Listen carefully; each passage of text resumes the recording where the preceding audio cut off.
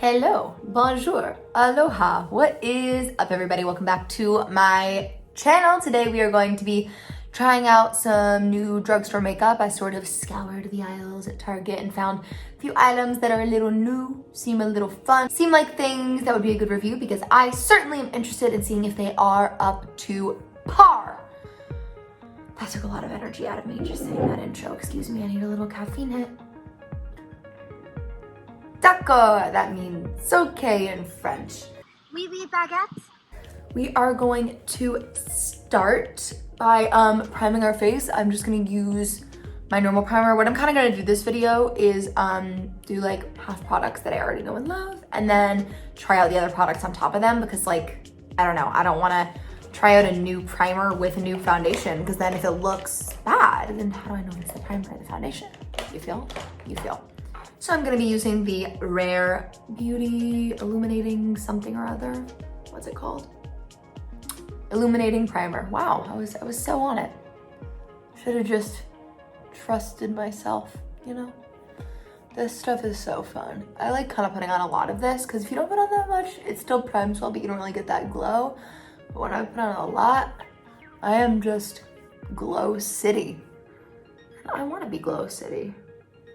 Next, I'm gonna grab my blur stick and just go over those T-zone and inner cheek areas that have a lot of pores. And next, we're going to get right and started with a new foundation. So this is the NYX Born to Glow Naturally Radiant Foundation. This is in the shade Porcelain. Let's really quickly figure out what this says it's gonna do so we can assess if that is correct. Okay, so it says that it is a buildable medium coverage. So we're gonna check that out if it actually is buildable or if it does that weird like pickery uppery thing that it is not enjoyable. It says this comes in 45 shades, which is super great, especially for something that's like a medium coverage because things like that you can usually get away with less. So we're loving that. We also love that it is vegan. Okay, all good things. Let's check her out. I'm going to apply this with a sponge. So, got to take the little majiggy off. But now you know I really do these as first impressions. Okay, start with juste un petit peu. Why am I in a French mood today? Seems like a pretty good shade match. My skin is kind of red today because it's just like kind of an allergy moment happening with my sweet puppy, who I am entirely allergic to, which is really fun. But I feel like it's more the same color as my neck, which is what I look for in a foundation. I dampened this Beauty Blender like an hour ago, and I swear, I feel a huge difference whether Beauty Blender is like freshly dampened or like has been damp for a while and has started to dry up a little bit. I feel like the coverage is actually pretty good. Like it's taking away basically all the redness and it's really evening the tone. Up close, it looks like it's sinking into the skin pretty well, looking really natural. However, it's kind of matte. Like, I don't know that I would call this foundation Born to Glow. I mean, maybe it sort of warms up to the skin and gets a little glowier throughout wear, but this is sort of matte on me. I'm just gonna put on a little more. Really even out the tone on those cheeks. And I'm gonna also just kind of apply a little more to the chin because that's a problem area for me at the moment. Okay, so this definitely is buildable. I feel like layering it up, it's not picking up or doing anything weird, and now it's pretty darn full coverage once I layer it up. Like you can see there's not really anything going through. It hasn't completely covered the blemish on my chin, but hey, that's what spot concealing is for.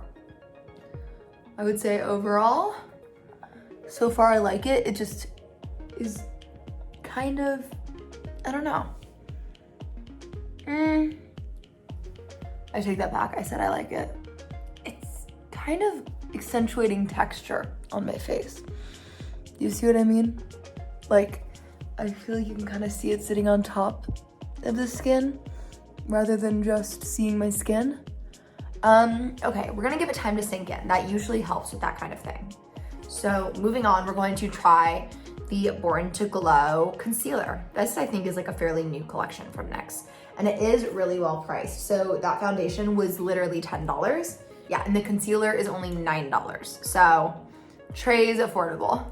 But the more I look at it, the more I feel like it's clinging to the baby hairs on my face, which I don't love because it really looks like I'm wearing a lot of makeup, I feel like. And that's not a look I'm a big fan of. However, let us see how it plays out. So this has one of these sort of felt tip moments. Oh, came up so quickly. It reminds me of the Maybelline. I suffer from short-term memory loss. Maybelline Instant Age Rewind Concealer, but it's got a much smaller tip. It's kind of a hard tip. The Maybelline one is much softer. That is really bright. Wow. It's, I believe in the same shade. Yeah, so this is definitely a brightening concealer. It's not very high coverage. However, I do actually like the finish of it. Just looking up close at my under eyes, more than I like the finish of the foundation. It's more radiant and more natural somehow. So next I'm going to go ahead and cover with my Charlotte Tilbury Flawless Finish Powder. And I'm just really lightly setting the concealer. Then I'm also just going to sort of take the brush over the rest of the face. I wonder how this foundation would be applied with a brush. What I think I am gonna try to do to see if it helps with the finish of it is take this big, densely packed brush right here from Sephora, and I'm just gonna kind of swirl things around a little bit and see if it helps. Like my skin normally does not do that. And you can see it's creasing on these lines. No, NYX. Why do you have to be like that? Okay, well, so far, not really a fan, but moving on. I'm really quickly going to contour and blush myself, and then we can move on to eyes and lips. Kind of wondering, did I just apply too much? Like, is it because I tried to build it up that it's looking that way? If so, then the claim that it's buildable is just not true. I don't like this foundation and it's annoying me about the entire look, but that's fine. So what we are next going to do is frame the eyes a little bit because we're gonna be trying out sort of a cool glittery eye product. I am just going to go ahead and do that with the Too Faced Natural Eyes palette. Look, you can even see the foundation that I put on my eye that I dragged up, totally creased. Oh my God, my sister is texting me about Bridgerton. I'm about to say a spoiler, so skip about 5 seconds ahead or 10 seconds just to be safe. But she found out it was Pen and she's like, I told you so. She's been saying that the whole time she's been watching it. I watched it before her and I was like, you don't know what you're talking about, but she was right. Okay, so now that the gals have a little bit of crease color and they're kind of framed, I'm gonna go ahead and apply this pink lid color. It's totally broken, but it's the color Silk Teddy. And this is really bright, but I'm just gonna use it as a base for what we're about to try. So what we are going to try is the e.l.f. Liquid Glitter Eyeshadow in the shade Disco Queen. I have always been interested in glitter eyeshadows. These are pretty clearly attempted dupes of the Stila, what are they, Magnificent Metals? So it's the Stila Cosmetics Glimmer and Glow eyeshadows, or maybe it was the Urban Decay Magnificent Metals as well. I don't know, there's a lot of these sort of things at Sephora in these very similar bottles. So I'm just going to apply this all over the lid and see if it really gives us that shine. And then we're also gonna see how it wears, because if this just looks good for 4 seconds, then what's the point?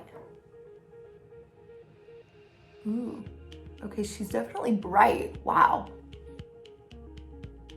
She's also very liquidy, like almost too much, but it's kind of cool.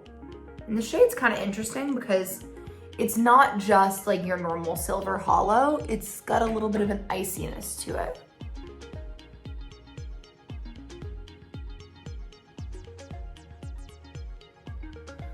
But it also doesn't necessarily distribute the glitter super evenly the way that the Stila one kind of does. That one's a little thicker, whereas this one is more liquid. That one almost is like a cream.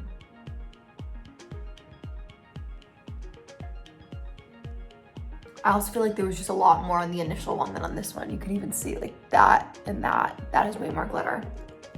It'll be interesting to see how that dries down because I think once the liquid dries, it might actually look a little bit better. It is pretty though, and let's see how much it is. Okay, well this is all $5. So for $5, the glitter is definitely pretty. It gets the job done. Like it's not super insane sparkly, hit you in the face, but it's kind of like a fun natural glitter almost.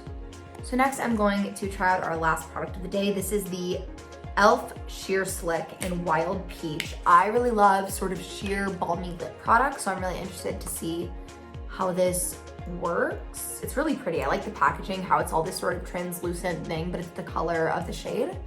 I'm just blotting my lips because I did have a little gloss on them before.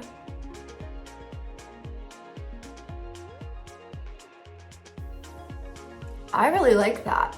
It's pretty pigmented, but it's sheer and it's comfortable. I think I'm gonna go ahead and put on my mascara and be right back. So as per usual, the presence of mascara kind of did bring the look to life, but my thoughts right now are that I like the lipstick. I like the eye thing, even though it's not show-stopping. I think it's good for $5. I'm not a fan of the foundation. I don't think it looks good at all. I don't know if you can really tell through the camera, but it is just flaky and weird and just really not doing it. And the concealer's not bad, but I don't know. Like there are other drugstore concealers that are better at around the same price. I would take the Maybelline Instant Age Rewind probably any day. But I will not say these are my final thoughts. I'm gonna wear this for the rest of the day. It is currently 3:57, 4 o'clock. In a few hours when I'm getting ready for bed, I'll go ahead and come back and we can assess where we are. Okay guys, so it has not been that long since I left my studio, but I literally hate this foundation. Like, look at all this stuff that's going on. It's just clinging, and not even that, it like feels weird. I don't like how it feels on my face. It's very thick, it feels heavy. I feel like it's clogged my pores. So honestly, I am just going to take it off. So yeah, the foundation and the concealer too, to be honest, are just not really worth it. I mean, if you really are desperate for a concealer, then I guess you can get this one, but I don't think that the Age Rewind is that much more expensive. And when it comes to foundation, I mean, there's a reason that $10 foundations aren't usually the standard, is what I'll say about that.